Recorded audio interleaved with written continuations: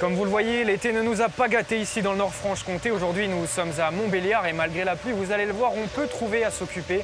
Je vous propose de partir à la découverte du patrimoine de la Cité des Princes au travers d'un parcours historique qui va nous emmener juste derrière moi au château des Ducs de Wurtemberg. Allez, c'est parti, je vous emmène.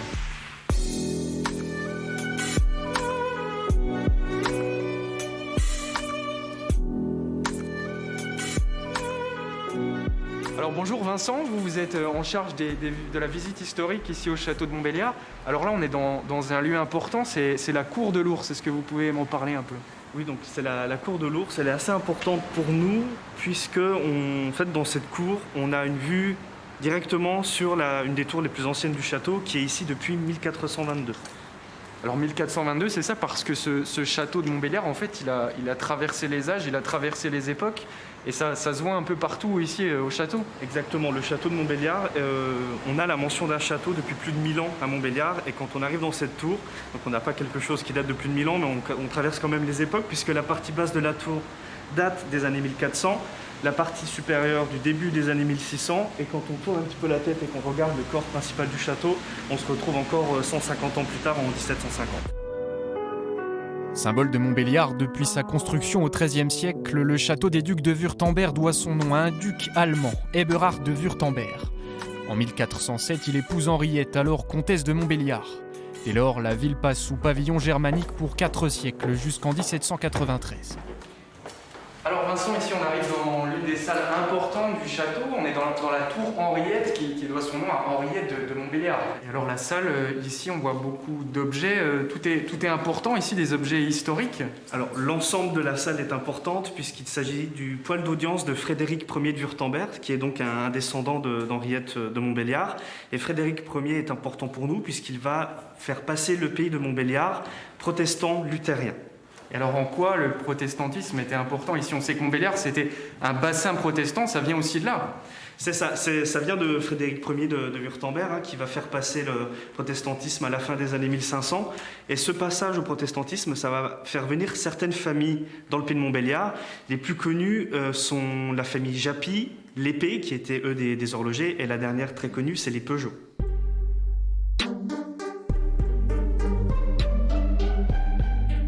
Et en s'engouffrant dans les entrailles du château, on trouve parfois quelques belles surprises, comme cette ancienne boulangerie, mise au jour il y a seulement 28 ans. Le four de la boulangerie, on l'a redécouvert dans les années 90. On avait les mentions, on ne savait pas où il était situé. On a des travaux qui ont lieu en 1993 et les archéologues ont donc trouvé le four à pain du château de Montbéliard. Merci beaucoup Vincent pour cette visite du château. On va maintenant rejoindre Barbara dans le deuxième musée de la ville de Montbéliard. On vous emmène.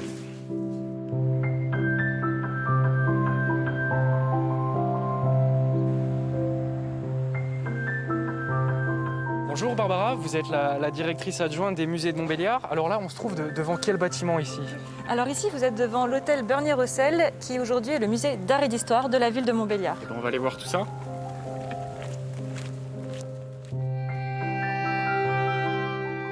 C'est un hôtel particulier qui voit le jour dans les années 1770 par un couple très important, un couple de bourgeois qui s'appelait donc les Bernier-Russell, donc Georges David Russell et Anne-Madeleine Bernier. Alors là, Barbara, on arrive dans l'une des pièces, l'un des salons en fait du musée, là aussi, époque 18e. Donc on est vraiment dans cette ambiance 18e siècle, de l'époque donc d'Anne-Madeleine Bernier et de Jean-David Russell, dont on avait parlé tout à l'heure. Ils avaient aussi un lien avec la famille Wurtemberg, dont on a vu un peu l'histoire au château juste avant. Oui, tout à fait, puisque Georges David Russell appartenait en fait au conseil de régence qui en fait exerçait le pouvoir en l'absence du duc qui à ce moment-là était installé à Stuttgart. On a pu voir le château, on a pu voir le musée. Est-ce qu'on peut rappeler maintenant pour les Montbéliardais, les curieux, les touristes qui voudraient s'intéresser à ce patrimoine, ce qu'il est possible de voir, de visiter tout au long de l'année ici? Alors oui, il y a bien sûr les collections permanentes ainsi que des expositions temporaires dans les deux musées qui sont visitables en visite libre. Et puis il y a également le circuit historique que nous avons eu tout à l'heure qui lui est seulement sur visite guidée.